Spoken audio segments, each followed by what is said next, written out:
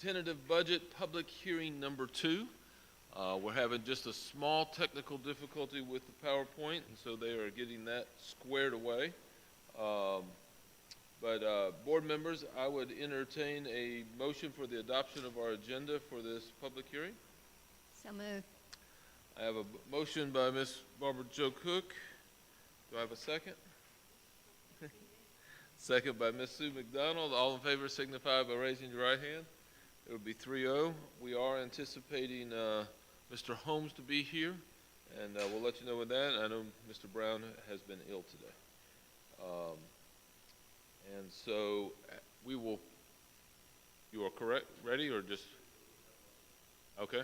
So if you are joining online and watching it, we're getting it uploaded now, and we will have the presentation. Do I have anyone that is here that is planning on addressing the board? I don't think I see anybody, but I was just double checking to make sure. Zion, you're not, okay. Just making sure. All right, we will wait.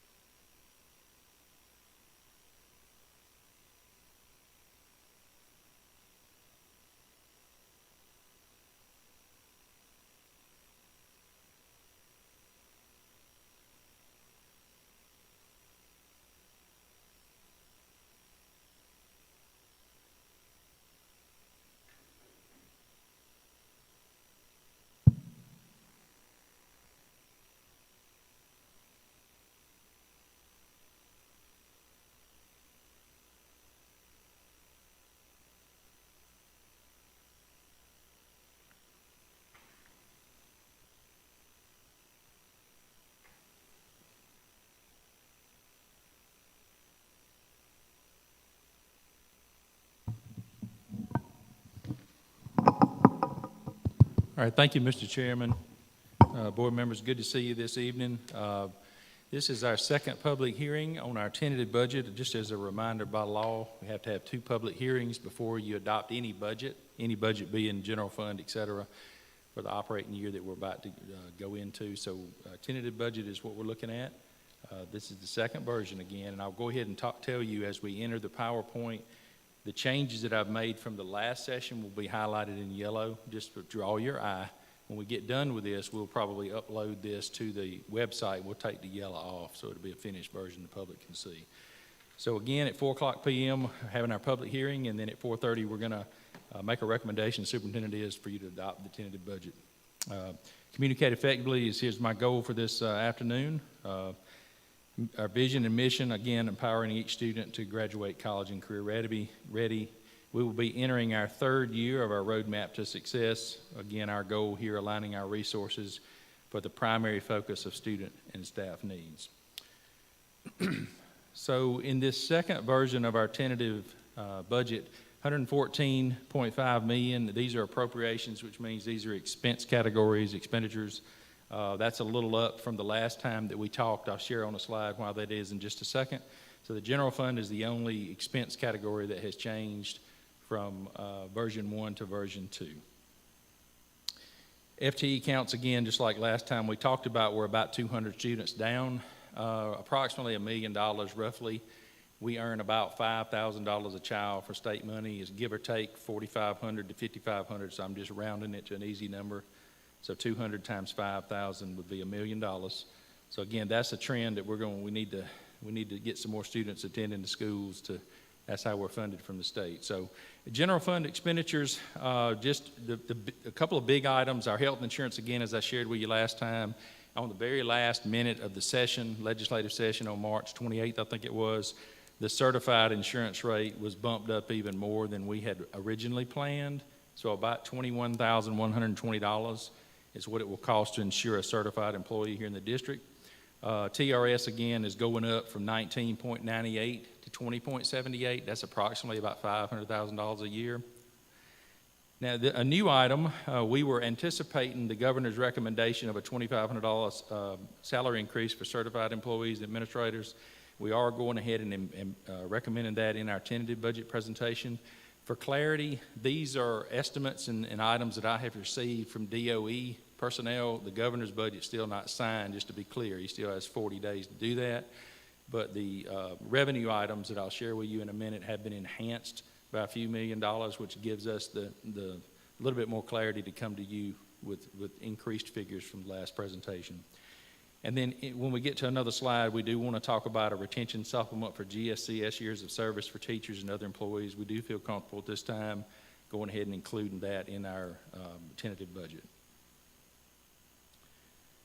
A little clarifying item on this slide from last time. So we have traditionally budgeted about $170,000 to fund our pre-K kindergarten above what our funded amounts from the state are. There is some legislative session proposals to fund the pre-K salaries similar to K-12 education. So I have come up here for 4 years in a row and told y'all that Griffin Spalding is paying on the teacher salary schedule, and but we've been funded at a lesser amount. So we still gonna have to see how this plays out, but that should enhance revenue. That shouldn't hurt us in the way that I'm describing it. So by continuing that, we hope we will pick up some revenue on the pre-K side. So the bottom line on general fund, 111 on the revenue side, expenditures 114.5. We think that we recommend that we will be using 3.5 million of fund balance.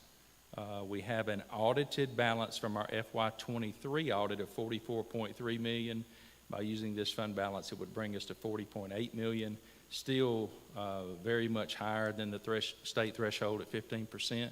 So again, that is how we would propose to fund some of the enhanced budget items. You all have gotten used to seeing this sheet from me, but this is top right, second draft. So our yellow items, a $2,500 governor recommendation certified and administrative salary increase. I've got the number of employees approximately from our CPI report working with Ms. Battle to get these. A number of employees, 855 and 82. You see the 2.5 million over to the right. A retention supplement of approximately 3.150 million. I'm going to ask Ms. Battle to help me explain this, I think, in a second, if you all want a little bit more clarity on what that is. But that will be funded from the general fund reserve balance, not necessarily an annually appropriated budget here. This is the first time, so we intentionally are telling you we're going to use that out of the fund balance to bring that down some, okay? Paraprofessionals, we want to increase all of those from 7 hours a day to 8 hours. Currently, the pre-K, which is a requirement from the Department of Early Care and Learning, that they have to be 8 hours a day, so we're trying to bring some synchronicity to that. So approximately 155 employees, that would cost about $350,000. Let me run through the special revenue funds here just a second. We talked last time about the hospital authority grant, so I yellowed this item for you. You know, we've received that for many consecutive years. The nursing allocation from the state is really only approximately $225,000 to fund the total nursing program. I think Ms. McDonald, you had asked the question. It's approximately $900,000 if we fund a nurse in every school, the nursing manager, the supplies, the benefits. All that rolled together is an approximate $900,000, and we do have that budgeted. The nutrition, no changes from the last presentation. Debt service fund, we talked a little bit about this earlier today with you. If the board were to decide to bond the entire $62.3 million, there would be a interest payment in year one, or FY25, of approximately $2 million due on or about March 15th of 2025. So that's what we have budgeted, and again, that's what we can leave in the budget for now. If there's a decision that's anything less, we can adjust that figure. Capital Projects Fund, I didn't yellow anything on here, but I did want to point out again, Mr. Ballard and I have been working together on trying to close out some eSplost. We don't have eSplost 4 listed, because we do think we'll be done with that here in the next 2 months before the end of June. There's a chance we'll be done with eSplost 3, but potentially August before we can close that out. But definitely when we get back in here the next year, those two are definitely gone. So we'll keep trimming this slide down for you. So in summary, again, this is information available as of April 12th. So that was last Friday. I want y'all to know something. Relationships matter, and I want to say this publicly. We've still not received the QBE allotment sheet from the state. We've also not received a pre-allotment sheet before they give you the allotment sheet from the state that lists all the counties in the state. But I know some folks at the DOE that have sent me my estimates because they used to be CFOs in the state, and I really appreciate that. I'm not going to mention that person's name, but I've got people calling me today wanting their knowing, and I'm not, it's good to know people have relationships with DOE. So he sent that estimate to me. It included equalization funding, which we last year lost several $1 million. We actually picked up $400,000 in that formula. So $65.9 million is the approximate amount that we're getting from the state. And when I came in here last week, we were using $62.5 million. Okay? So based on that 3-point-something million to $4 million increase on state money, that's how we feel a little bit more comfortable recommending this to you today. So our timetable for adoption, again, this is our public hearing. We'll have a call board meeting at 4:30. We will recommend the tentative budget. Our goal is to present the final budget on May 7th at a work session. Then there will be 2 additional weeks before we ask the board to vote on the final budget with a public hearing as well on May 21st. At that point, then we will be done with the budget piece. We'll move into millage rate season at that point, which will come after that. But I didn't list that on the slide. So I'll stop there in case there are questions or public comment, and I'll be happy to go into any more detail if you would like. All right, doesn't look like we have anyone for public comment. Board members, do we have any questions? Ms. McDonald? Thank you, Mr. Doss.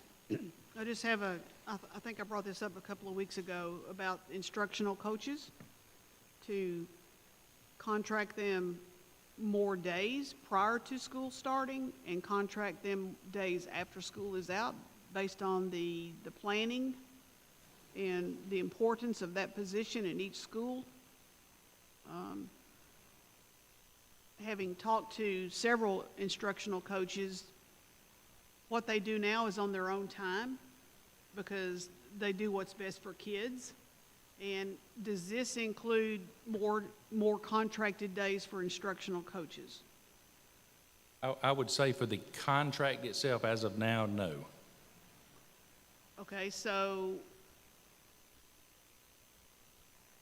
is that a possibility? I mean, I thought somebody was in the process of trying to work up some figures as to what that would cost. Yeah, and Superintendent, I don't want to speak for you, but we did provide I don't have it right here up here, but we did give some estimates of that. We gave some estimates. Maybe I just forgot what I read. Is that right, Superintendent? Yep, we have, Mr. Chair, if I may, Yes. we do have estimations, and that was a general ballpark number, Ms. McDonald, without taking in specified, years of teaching and experience and then certification levels. But as far as the contract days, at least my thinking, because we code them as teachers, if it were a matter of them having more than what they already have, no, we did not plan for that. I thought it was more about trying to include them in the retention process when we began that conversation around the certified staff.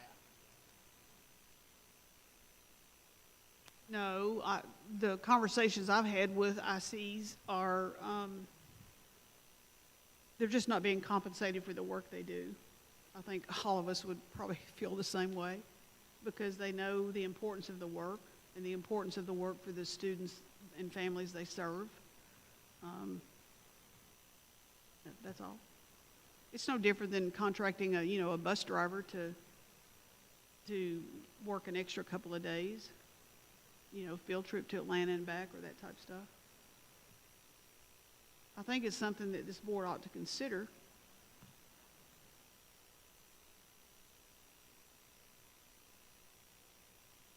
Anything else, Ms. McDonald? And, well, my next question would be, will they get the raises that we have just been over in this packet? So the recommendation for the governor's recommendation of the 2,500 will be certified employees, certified administrators, and certified employees in general. Anybody under a teacher contract, I guess is the best way to explain it. That's a yes. Because at one time, it was just teachers, because I remember talking to Ms. Battle about it. It was just certified teachers, but it did not include psychologists and So we're talking about so can I provide a little clarity? So governor's let me go back to this, and Ms. Battle, I may need you to help me Thank you. explain this. We were prepping for the question, so hang on just a second. So here, the top yellow is two different things. Yellow number 1 is 2,500 governor recommendation, basically a raise to the salary scale, which would affect the people you're talking about because they're certified. And then the retention supplement funded from the general fund reserve would be in addition to that. And that would be certain categories of employees that we would look at on a tiered ratio. And I think Ms. Battle has actually got a frequently asked question document ready to go. If the superintendent's comfortable with that tomorrow, because again, this is tentative budget, not final. But we have that prepared. I actually have it at my desk. I don't have a copy for you. We can get you a copy. And then we have a tiered scale based on years of service in GSCS, like GSCS years of service. Do you want to speculate with any more detail on what we're talking about? So just help me understand what I remember. Oh, it's been several months ago that she presented this to us. Because I can remember asking her, is this just for teachers? We've clarified it. We've got more people involved in the scenarios now. Plus, it would affect classified employees as well. Do you want to speak to that? Well, and to your question, Ms. McDonald, when you did ask me, and the question was, does this only apply to teachers? And it did at that time. But what you should know, instructional coaches are classified as teachers. So they too will be included in whatever this approved retention supplement looks like. So that will include the instructional coaches. To the media specialists, other job classifications like that, they would not be included in this tiered recommendation, but they will get a supplement. So what Mr. Byron is proposing does include a pay supplement for every single employee of the district. Right. So a media specialist has to be certified, correct? She does, he does. A psychologist has to be certified, correct? Correct. Mhm. Speech pathologist, Absolutely. on down the line. Mhm.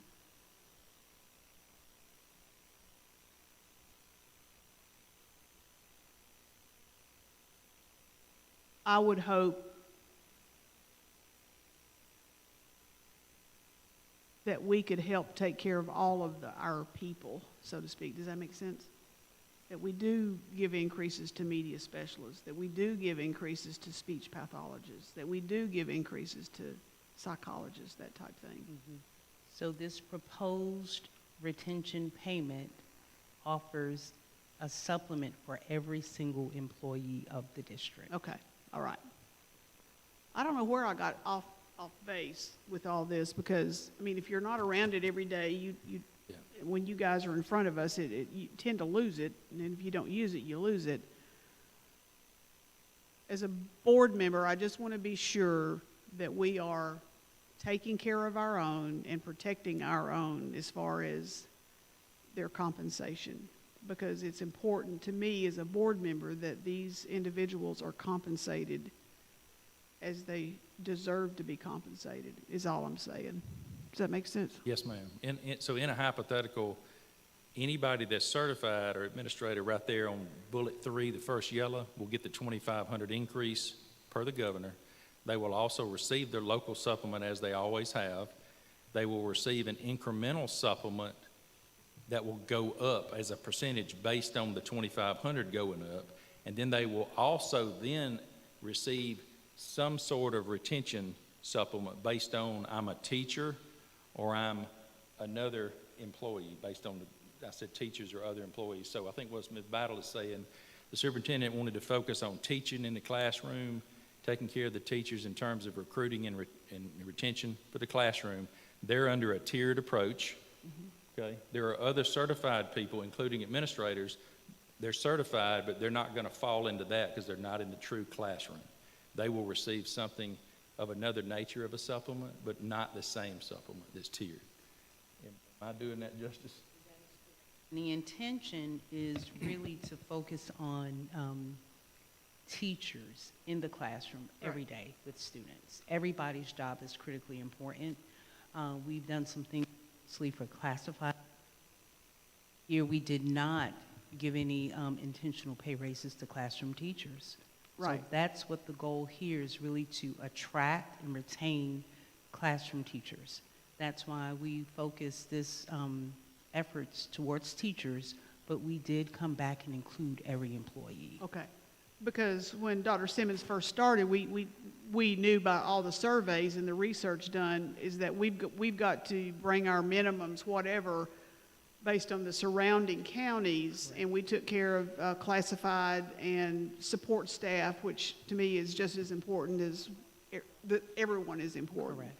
And I know that his intent was to, now we've done that, now we need to do this. So, okay, that makes me feel better. Now, the local supplement, has that changed as far as monies involved in that?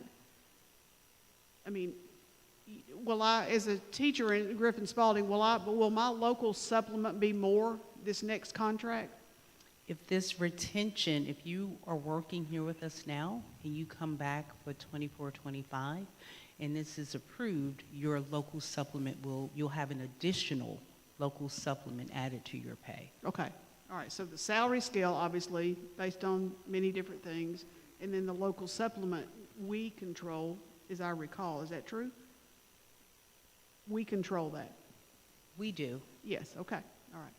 Because I know that varies with system to system. Okay. Correct. Thank you very much. Thank you, Mr. All right. Board members, any other questions?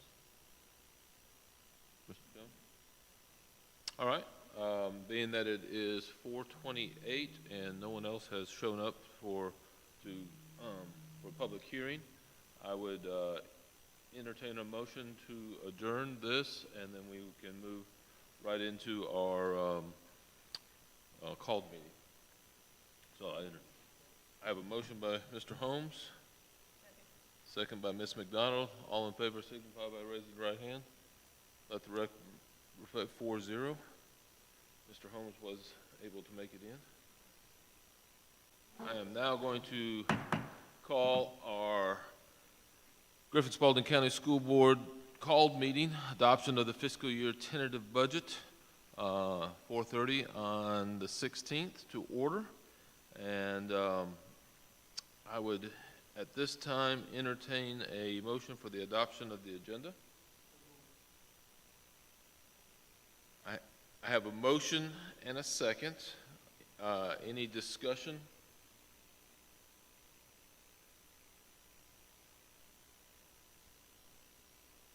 All in favor signify by raising your right hand. All right.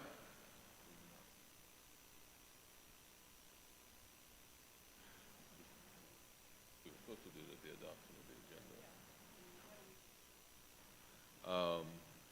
I will get Mr. Chase to help us with that. So Ms. McDonald was going to make a motion with that to table an item that was on the agenda.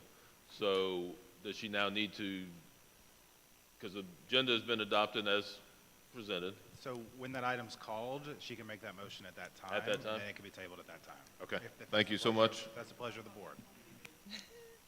Well, maybe I told you right and I didn't know it.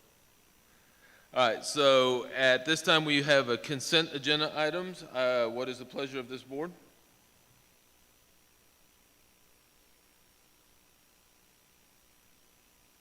Chair, I motion that we adopt the consent agenda as presented unless there's some corrections or addition. I have a motion. Do I have a second? Second. I have a motion by Mr. Holmes and a second by Ms. Cook. All in favor signify by raising your right hand. That will be 4-0. And that'll move us now to item number 4, which is our action item. Mr. Chair, I have a motion to table this, to table item I, or no, excuse me, number 1, superintendent's recommendation. I have a motion Second. and I have a second. All in favor, any discussion? All in favor signify by raising your right hand. Could, Mr. Chair, I want to digress and for the benefit of the public, unless you all think it would be otherwise in the discussion of that motion, could we give some kind of clarification so general public would know? And that's my fault. The motion should have been stated to table it due to their absence of one board member, Mr. Brown. I'm sorry. Thank you. No problem, thank you. All right, and so we did vote on that, yes, it's been voted on. So now we will move on to item 2, the adoption of the fiscal year 2025 tentative budget. What is the pleasure of this board? So move, Mr. Chair. I have a motion by Mr. Holmes. Do I have a second? Second. I have a second by Ms. Barbara Jo Cook. Any further discussion? Hearing none, all in favor signify by raising your right hand. It will be 4-0 as it has passed. All right, at this time, we'll go to item number 5 and ask Mr. Jones to do presentation of the March 2024 monthly board financial report.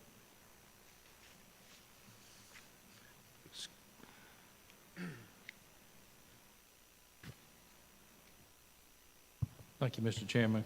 Good to see you again, board members. Page 1 on March financial report. Over to the left, 50.7 in our balance sheet for fund balance. Nutrition over to the right, yellow, bottom number, 3.6 million. This is through, again, the month of March. Our general fund operating statement, 6.3 million received in revenues for March on 9.8 million in spending. Just to remind you again, this is common that we're going to start seeing decreases in our property tax collection revenues. I think we brought in a little over $1 million for the month. So we will see this trend through June 30th. So we're still operating at about a $6.7 million to the good for the year. And again, we did pass a deficit budget last year, but we're still to the positive 12 million of that at the current time. Page 3 is our grant funds. Again, the top yellows are revenues received or accrued. The bottom yellows are expenses. So we're pretty well in line where we need to be there. Page 4 is our nutrition operating statement.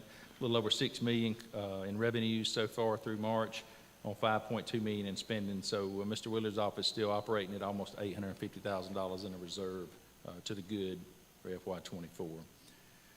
We talked about this earlier at the retreat today. The interest rate on our investments is still almost 5.4% right now.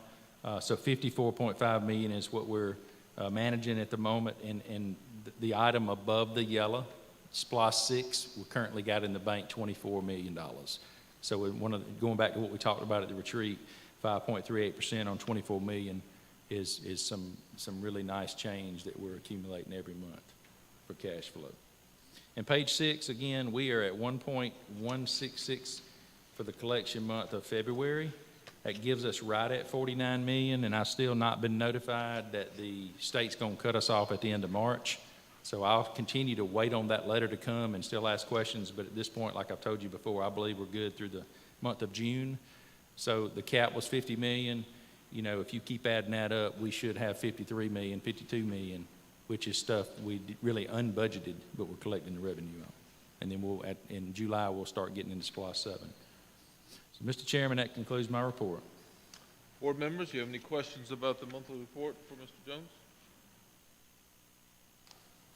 Thank you, Mr. Jones. Excuse me. Yes, sir. Mr. Jones? I meant to ask this, but Mr. Jones, I know since COVID and everything and DFACs being displaced, and I know that it's important that this thing is addressed, but no, it's not on the page. It's the Agnes B. Scott Fund with the DFACs, where the school, for the chair, normally sits on that committee to review those funds. Are you familiar with that? We haven't had that addressed, and I don't want that to just fall through the crack of not being addressed. But it's a fund. Agnes B. Hunt. Agnes B. Hunt. I don't know why I said Agnes B. Scott. I don't know. You know. Yeah, that's what I. Thank you, Mr. Dawson. But check it. But we you know, we normally have the chair of the school board represent, and the chair really drives, you know, approving, signing on funds that DFACs utilize from that fund. And I know that review hasn't been done in a while, and I think we need to follow up with DFACs on that to see where it is. But I know that that's something that we haven't laid eyes on done in a couple of years. So I got here in June of 2020. I've not been apprised of a lot. That's what I'm That's saying. after COVID. It happened prior to Yeah. you. But I've got a note. I'll check with the superintendent. We'll follow back with you all on that. Yeah, And I know that it was suspended for a period of time, right. and my understanding that it was to build and come back, but I don't know that for sure. So, So you need to follow up on and see where they are, or if they're doing anything with that. Yes, sir. Okay.